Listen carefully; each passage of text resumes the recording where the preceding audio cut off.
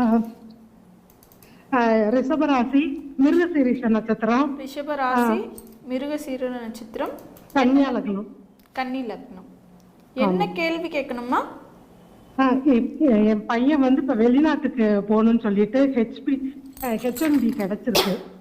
என்னம்மா கிடைச்சிருக்கு? H1B visa ஐயா கிடைச்சிருச்சா? ஐயா வணக்கங்க ஐயா. நல்லா வணக்கங்க ஐயா. இருப்பீங்கம்மா, தீர்க்க சுமங்கலியா தீர்க்க ஆயுளோட ஆரோக்கியமா நல்லா இருப்பீங்கம்மா. ஐயா ரொம்ப நாள் நானும் ட்ரை பண்ணி கிடைச்சிருச்சுல்ல, இனிமே நல்ல காலம் தான், விட்டுருங்க. அது 24 மணி நேரம் உங்க வீடு டிவியில இதுதான் ஓடிட்டே தான் இருக்கும். உங்க சவுண்டு கேட்டவானிக்கே தான் இருக்கு. எங்க வீடு பக்கத்து வீடு மேற்கொண்டு கேட்கும். சரிங்கம்மா, நல்லா இருப்பீங்கம்மா, நல்லா இருப்பீங்க. தம்பி வந்து கன்னியா லக்கணமா சிம்ம லக்கணமான்ற ஒரு டவுட் இருக்கு. ஆனால் கன்னியா லக்கணமாக இருந்தால் தான் அவருக்கு வெளிநாட்டில் ஆர்வம் இருக்கும். ஆமா சார், ரொம்ப நாள் ஆர்வம் தம்பிக்கு. எனக்கு கொஞ்சம் கொஞ்சம் ஏதோ பார்த்துக்கிட்டே இருக்கிறேன். அதனால உங்களோட படி கொஞ்சம் கொஞ்சம் தெரியுது. இப்ப H1B கிடைச்சிருச்சு தம்பிக்கு. 2025 கன்னியா லக்கணம் 12ஆம் இடத்துல குருவின் பார்வை இருக்கு. ராகு இருந்தா சின்ன சின்ன தடைகள் இருக்கும். ஒரு வருஷமா போட்டு இப்ப அப்ப ஒவ்வொன்னா வந்து அவனுக்கு தட்டி தட்டி விழுந்து, ஆனா கிடைச்சுக்கிட்டே தான் இருக்குது. ரொம்ப ஸ்லோவா கிடைக்குதுங்கய்யா. தடைகள் இருக்கும். ஆனாலும் இப்ப குருதசை நடக்குது. 12ஆம் இடத்தை இயக்கக்கூடிய 10, 12, 2 ஆகிய இடங்களை இயக்கக்கூடிய, வெளிநாட்டில் வேலை செய்து பொருள் சம்பாதிக்கக்கூடிய 10, 12, 2ஆம் இடத்தை வெளிநாட்டில் தொழிலும் செய்வார். வேலை மட்டும் செய்ய மாட்டார், வெளிநாட்டில் தொழிலும் செய்யக்கூடிய அமைப்புகள் இருக்குமா? உங்களுக்கு என்ன ராசி? எனக்கு வந்து மகர ராசி. சரி, மகன் இப்போ வந்து H1B விசா கிடைச்சிருச்சு இல்லையா?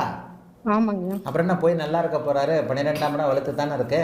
12ஆம் அதிபதி பரிவர்த்தனையாக இது 12ஆம் இடத்துல பரிவர்த்தனை அமைப்புகளும் அந்த குரு சனியும் சேர்ந்து இருக்கிற பரிவர்த்தனை அமைப்புகளும் இருக்குல்ல. என்ன கேட்கணும்? ஆமா, அவன் எப்படி இருப்பான்? அவங்க அப்பா இல்லைங்க, இந்த ஒரு 2021 தவறிட்டாரு. சுக்கிரனை சனி பாக்குது. அம்மா தெளிவா சில விஷயங்களை சொல்லி கொடுக்குறேன். நான் சொல்லி கொடுக்கறத நிரூபிக்கிற ஜாதகமா தானே கொண்டு வரீங்க. ஆமாங்க. அந்த 9ஆம் இடத்தை சனி பாக்குதா? சனி செவ்வாய் சேர்ந்து பாக்குது. 9ஆம் இடத்தை சனி பாக்குது. அதுக்கப்புறம் குருவோட சேர்ந்திருந்தாலும் அந்த செவ்வாயும் பாக்குது. ஆமாங்க ஆமாங்க. 9ஆம் அதிபதியும் சனி பாக்குறாரா?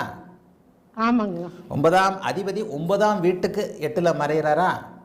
ஆமாங்க.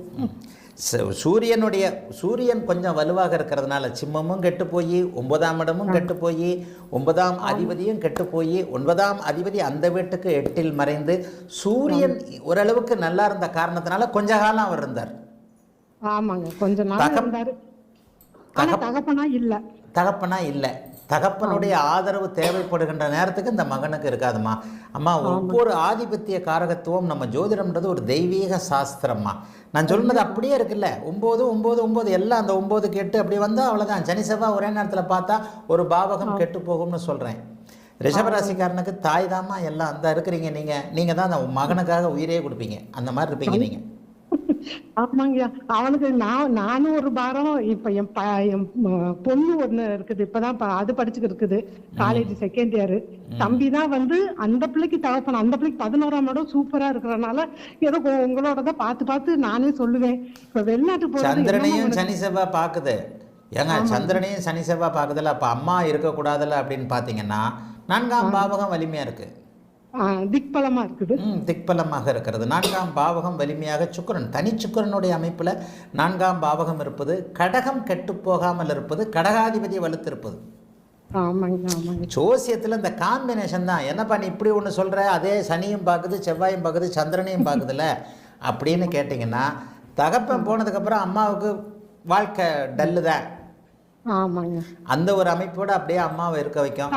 ஓரளவுக்கு ஏகாதசி திதியில பிறந்திருக்கனால ஓரளவுக்கு பௌர்ணமியை கொஞ்சம் பௌர்ணமி அமைப்பு இருக்குமா. தசமி திதி தாண்டிட்டாலே அவர் நல்லா இருப்பாருமா. குருதசை உங்க பையனுக்கு நல்லா இருக்குமா. இனிமே இப்பதான் 30 வயசு ஆக போகுது. 30 வயதுல இருந்து இந்த குருதசையும் நல்லா இருக்கும். தகப்பனோ பாதித்ததுனால சனி தசையும் நல்லா இருக்குமா. உண்மையிலே நல்ல ஜாதகமா. வேற ஏதாவது கேட்கணுங்களா? அவன் கல்யாணம் இதெல்லாம் இப்ப வெளிநாடு எப்ப ஐயா போவாங்க? கொஞ்சம் இப்ப H1B விசா கிடைச்சிருச்சு இல்லையா? ஆமா, கிடைச்சு. இப்ப இந்த இதுலயே போயே ஆகணுமா. இப்ப வந்து அவருக்கு அந்தரம் என்ன நடக்குது? சந்திர அந்தரம் வரப்போதேம்மா. சந்திரன் கடகாதிபதி 11/6. சந்திர அந்தரத்துல எந்த நேரத்திலயும் போகணும். அட்டமாதிபதி அந்தரத்துல வெளிநாட்டுல இருக்கணும். சந்திர அந்தரத்துல ஜூன் மாதத்துக்கு பிறகு. ஜூன் இந்த நாளைக்கு ஆரம்பிக்குதுமா. நாளைக்கா ஜூன் 16ஆம் தேதி ஆரம்பிக்குது. ஆனால் அந்தர கணக்குகள் ஒரு வாரம் 10 நாள் முன்ன பின்ன வரும். யாருடைய பிறந்த நேரமும் துல்லியமானது அல்ல. சரிங்க சரிங்க. அந்தர கணக்குகள் ஒரு வாரம் 10 நாள் முன்ன பின்ன வரும். ஆனால் அவருக்கு செவ்வாய் அந்தரம் சுபத்துவமாகி 8ஆம் அதிபதி 12ஆம் இடத்தை சுபத்துவத்தோடு தொடர்பு கொள்வதால் செவ்வாய் அந்தரத்தில் அவர் வெளிநாட்டில் இருந்தே தீரணும்.